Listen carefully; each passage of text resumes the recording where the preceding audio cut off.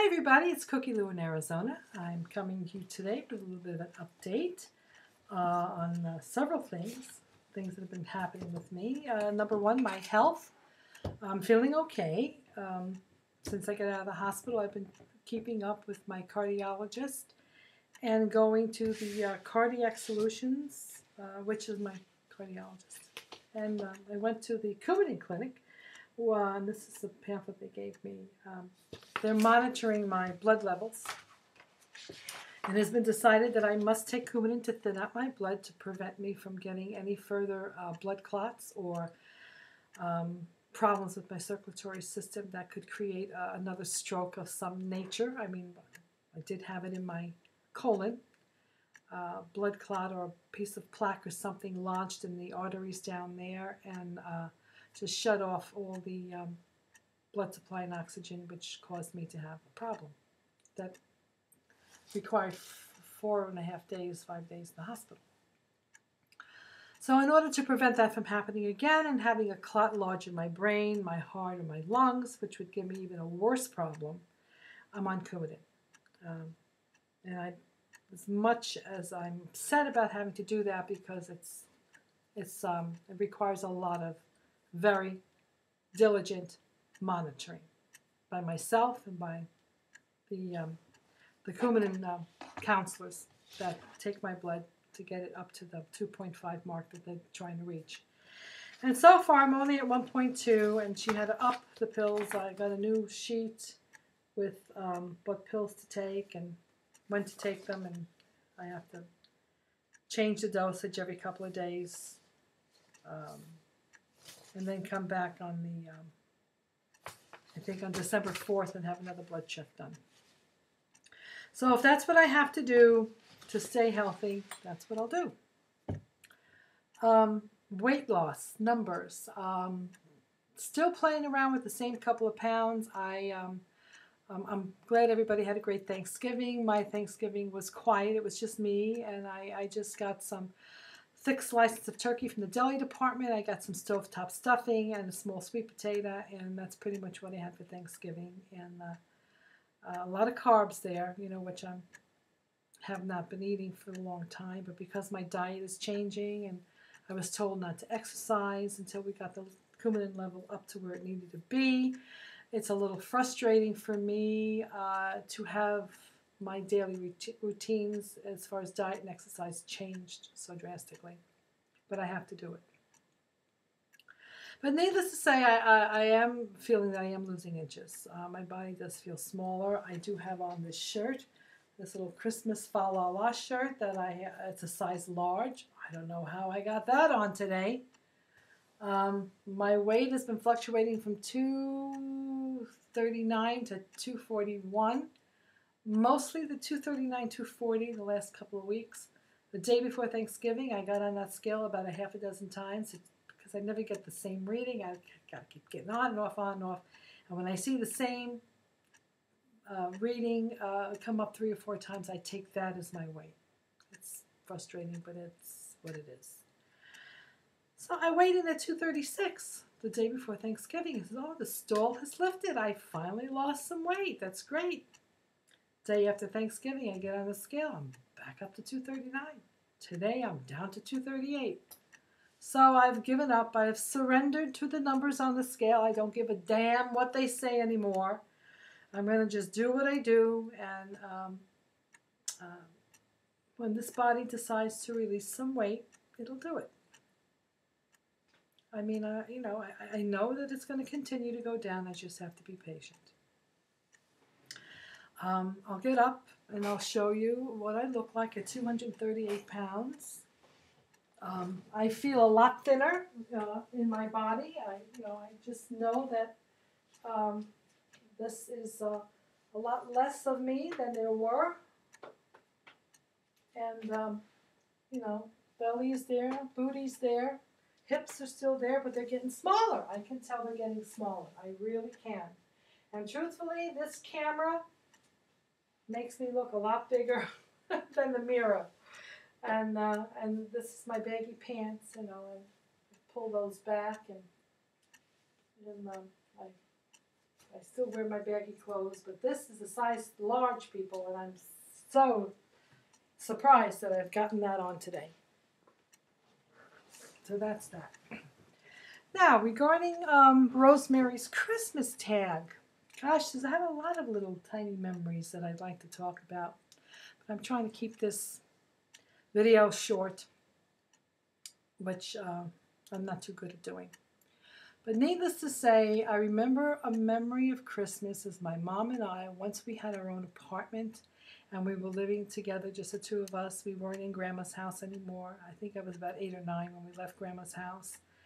And we had our own apartments together since that point of my age. And we would go get our Christmas tree together. We would go to the Christmas tree place, and it was so exciting, you know, that they had the wreaths, and they usually had Christmas music playing, and they had lights strung up around the lot. And we would go in there and pick out our tree, and it was just so exciting to pick out the tree. Always a big one, you know, at least 6 foot, 7 foot.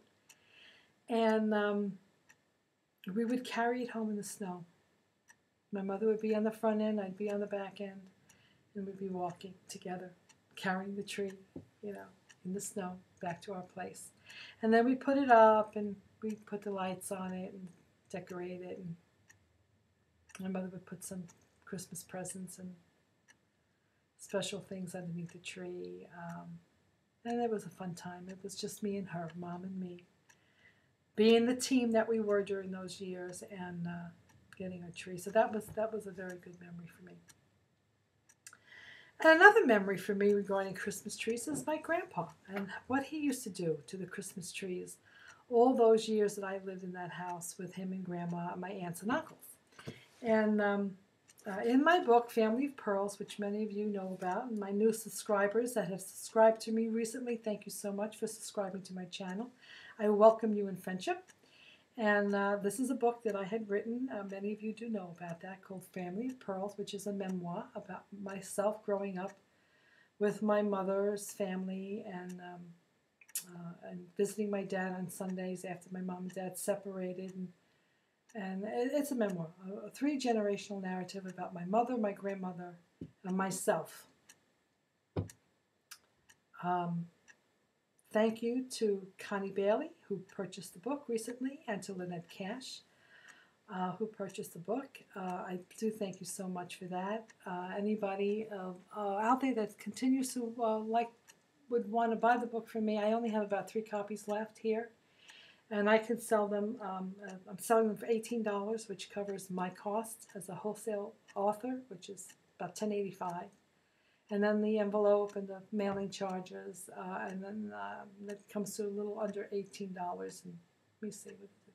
11, 12. It's about $15, and I make a few dollars profit for my 7 years labor in writing this book. But anyway, thank you so much, ladies, for purchasing the book. I know that Connie says to me that she called me the other night to tell me she got the book and she was reading it. It was great, and that she told Rosemary she got the book, and Rosemary yelled at her, and she says, "Connie, stop reading that book. We have to read it together when I get there." She says, "I'm going to be there on the 7th of December, so stop reading that book until I get there." And Lynette, God bless her, she said, "Lucille, I'm not a reader, but, you know, I want to read your story. You make it sound so interesting, and I really want to read your story." And I called her to wish her big congratulations, because I watched her video, and she said that she had her recent treatment is proving to be positive, and she's not getting any positive reactions to the cancer being in her body. So whatever the treatments are doing, it's destroying the cancer. So God bless you, Lynette. Our prayers are still coming to you, and apparently they're working. So thank you for the book, and any other people out there that want to get the book.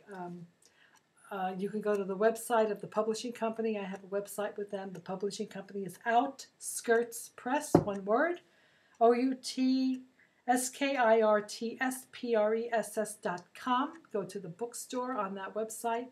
Type in Family of Pearls, or my name, Lucille Albino. I write under my maiden name. And you can purchase it through the bookstore by ordering it through the bookstore or through the website itself. And the price of the book is $16.95, and that's based on the amount of pages that are written in the book, and the publishing company determines that, not myself. So if you go to the bookstore or to the website, it most likely would be $6.95 plus tax. And I don't know if there's any shipping involved, because when you go to the bookstore, you have to, when you order at the bookstore, you have to pick it up at the bookstore. If you want it mailed to your house, I think they charge you mailing charges. So anyway, that's what you do if you want to buy the book. Thanks again. Speaking about the book and about Christmas, I know that I kind of mentioned this before verbally. I didn't read it from the book, but I did mention in my tag that Rosemary threw out there before, the 15 things you don't know about me. I think I mentioned this as one of the things, that my grandfather was a construction person at the Rockefeller Center, and that his idea to get a Christmas tree that year is what created the tradition of the Rockefeller Center Christmas tree lighting ceremony every year from this point forward.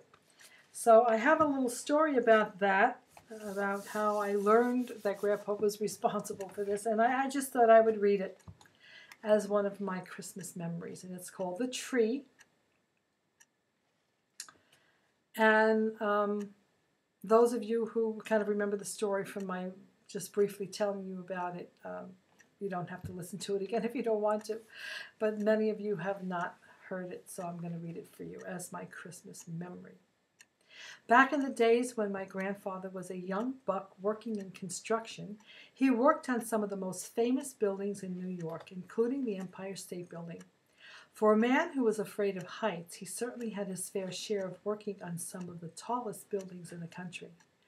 The way my grandfather got to work every day was an amazing feat. Unable to read or write, he traveled the trains by identifying the colored lights on the engineer's car when it pulled into the station. That's how he knew which train he needed to get onto. Then he would count each stop until he arrived at the right station and get off. One other thing that he did besides count the stops was he always would have the name of the street that he needed, the station that he needed to get off of, on a piece of paper. And when he counted the stops, he would look up, okay, 18 stops, let's say, and he'd look up, and if the name of the station on the platform matched what was on the paper, he knew he was right and he'd get off. Amazing what immigrants did to survive in a new country.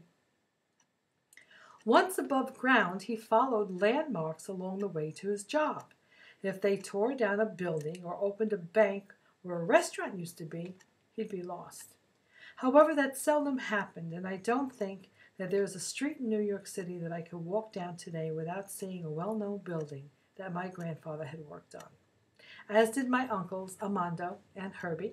They were also cement masons and worked in New York City on high-rise commercial buildings only. That's all they did. They worked on some pretty big buildings.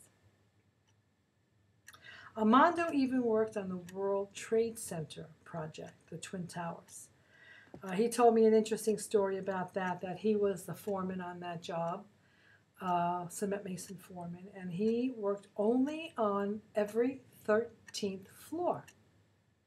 And I says, every 13th floor? What do you mean every 13th floor? I says, first of all, I don't even think they have a 13th floor. I mean, they don't count it in the elevator. It's supposed to be like bad luck or something. He said, well, every 13th floor, because the buildings were so big, you couldn't put all the utilities in the basement, like the electrical and the plumbing and the water supply and such. He said, because it would never get up all those hundreds of floors, you know. So he says, every 13th floor, I had to create a floor that they housed the plumbing and electric and the water supply. And then every 13th floor, we had to do it again, and then again, and again, every 13th floor, so that they had these services, lights and water and plumbing, that went all the way up throughout the building. He says, and that's what he did. I said, that was interesting. I never knew that. So that's when you see really big buildings in New York City or any other city or country. They usually have multiple floors which handle the services throughout the building. Back to the tree. One cold day in December, my grandfather was working on the construction site of Rockefeller Center Plaza. He and the rest of the crew were gathered around a fire barrel taking a warming break. It was nearing Christmas, and my grandfather had said to the men, "Hey, I think we need a tree over here for the Christmas." December 25th was my grandfather's birthday. He was a Christmas baby. And he suggested that it would be nice if they had a Christmas tree on the job to celebrate the holiday season. Somehow his suggestion got around and all the men were in favor of getting a tree. They pooled their money together and purchased a huge tree that was brought to the job site. The crew made a garland for the tree with the cellophane, silver wrappers from the tinfoil. Let me see, I'm losing my train here. They made a garland for the tree with the tinfoil wrappers from the ends of the blasting caps used during the demolition of the project site. Making yards and yards of handcrafted garland was the creative effort of all the men working together on that job site. They draped it around the massive tree together, giving it some holiday sparkle and cheer. The year was 1931, and that was the first Christmas that erected. That was the... Okay. I'm getting a little tired of the story, people. Please forgive me. The year was 1931, and that was the first Christmas tree erected at Rockefeller Center Plaza. Evidently, it started the tradition that continues to this day. My dear grandfather took full credit for this tradition. Whenever they would flip the switch at the tree lighting ceremony each year, Grandpa would frequently look at me and say, "You know, I invented that. That wasn't my idea. I was the first guy to put a tree at that place." I would roll my eyes and say, "Okay, Grandpa," not believing him.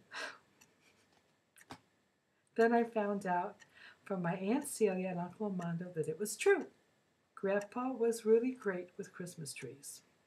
Not only did he invent them in famous buildings that carried a tradition on for decades, but he was also great with trees when he had to provide them for our home in Brooklyn.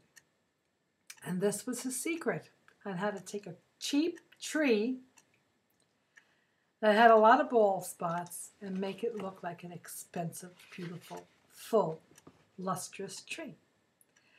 Grandpa would cut off the excess branches at the bottom of the tree and a few good branches from the back of it. And he used those branches to fill in the bare spots by drilling holes into the trunk and sticking those branches into the holes, making the tree look nice and full. Then he would wrap the tree with lots of those big, what were they, about 2-inch big, old-fashioned big colored lights. That's what he used. He would wrap the tree with lots of multicolored lights, loaded with Christmas balls and tinsel, and bam! It was a Rockefeller Center Christmas right there in our living room. And I remember watching him saw the branches off the tree, and he'd get the drill, and he'd drill the holes in the bark, and then he'd take those branches and he'd stick them in here and there, and he would set the tree in the tree holder and put the water in the bottom of the tree after he fresh cut the trunk. He told me, "You gotta fresh cut the trunk, Cookie, otherwise it doesn't drink the water, and then the tree dries up and dies, and it's no good no more." And we'd all gather around, and we'd get the Christmas ornaments out of the boxes, and we would put the tinsel on, and it had to be straight. You couldn't just throw it on the tree. I would like to throw it on the tree. No, stop doing that, my mother would say. You got to put it on nice and straight. So needless to say, we would have it was a family gathering, a family project to make that tree look pretty and decorate it nicely. And I remember my grandmother had these special ornaments. It was some lights, and they were like little candles, and they would bubble. I don't know what, it was water in it or something. I don't know if it was water or what it was, but when she plugged them in and they would light up, but they would eventually, I don't know if the water had to heat up. When the lights would get warm, the candle lights would get warm, the water inside the candle ornament, light fixture ornament would bubble up. And there would be little bubbles rotating inside that candle. I don't know. But anyway, I have a picture of me standing by one of the Christmas trees that my grandfather put together on the porch. And I don't know, I must have been about maybe 5 or 6 years old. And that's me standing by the tree. Notice how neat the tinsel is on the tree. And that was in front of the big bay window on the front porch, which was just adjacent to our living room upstairs.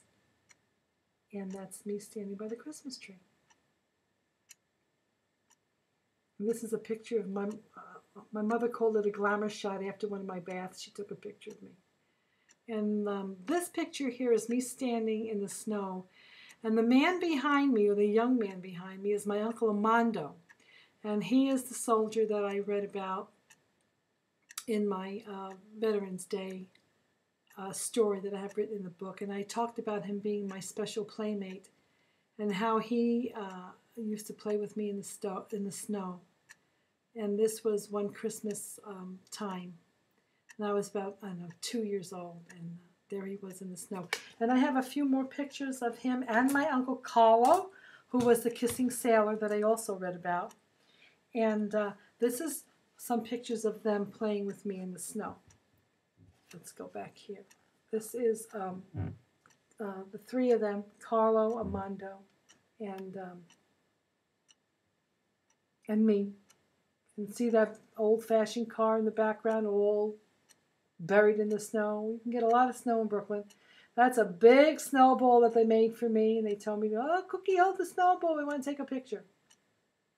And I remember this day. I'm telling you, I remember this day because I was kind of cold and really wanted to go inside. And they were so happy playing. They said, oh, no, come on, let's play. Let's build a snowman. Let's build a fort, whatever they wanted to do. And that's Uncle Carlo with me. And you can see my face is not thrilled because we were buried in the snow and I was freezing. I wanted to go in the house. And that's Uncle Mondo, my special playmate, taking a picture of me covered in the snow. Now there's also a picture of me and Uncle Mondo during the summertime in the same location out in front of the house. Let's go back here. That's a picture of me sitting on the wall in the backyard. Right in front of me was my grandmother's herb garden where she used to have basil and peppers and tomatoes, and there was a fig tree back there, the famous fig tree that my grandfather loved so much. And this is a picture of me and Uncle Carlo, Uncle Mondo. And let me see, what is that? Just taking pictures. Look at that old-fashioned car back there. And here's another one of him and holding me on his shoulders. He was my knight in shining armor. And that's another picture of him doing one of his crazy poses, you know. And I'll tell you the truth, this picture of Armando is a true picture of Armando. He was the one that was the prankster. He was playful. He was always in character mode, either telling a story or playing a game. He was my playmate. He was my my sled puller and my horsey and my tree. I used to climb on him all the time, and we used to play airplane, and he'd swing me around. I'd get butterflies on my tummy, and everything was a big theatrical performance with Armando. And it was a few short years after this picture was taken. I think he might have been 16, 17 here. And Not too long after this, a few years after this, he was in Korea fighting hand-to-hand combat with the enemy soldiers, and it was not a good time. So many of our young boys grow up far before their time. Here's another little picture of another Christmas time. It was one of my favorite Christmas presents. It was a cowgirl uniform. Look at that. Boots, fringy skirt. I had a holster with a gun, little vest, hat, the whole shebang. Look at that television. You believe televisions were that small? My goodness. That was the first television we ever got. And we used to watch Arthur Godfrey and Milton Berle and all those shows that were 15 minutes in duration at that time. And this is a picture of me and my playmate, Uncle Mondo, playing cowboy with me, and I was arresting him, and he was given up. I was going to take him to jail. And he used to just let me shoot the hell out of him with the cap gun. Bang, bang, bang. And then he'd have to play dead. And I'd say, okay, you're alive again. Let's play again. Oh, God, what I put him through.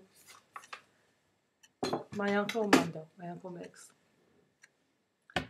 So I think that's it. I think I've talked enough. And I told you about my health. I told you about my Christmas memories. And my weight. It is what it is, and I'm glad you all had a good Thanksgiving, and I hope that you all have an equally happy, healthy Christmas. And I will talk to you soon. Bye, everybody. Love you, miss you. Lots of kisses from me to you this holiday season. Bye-bye.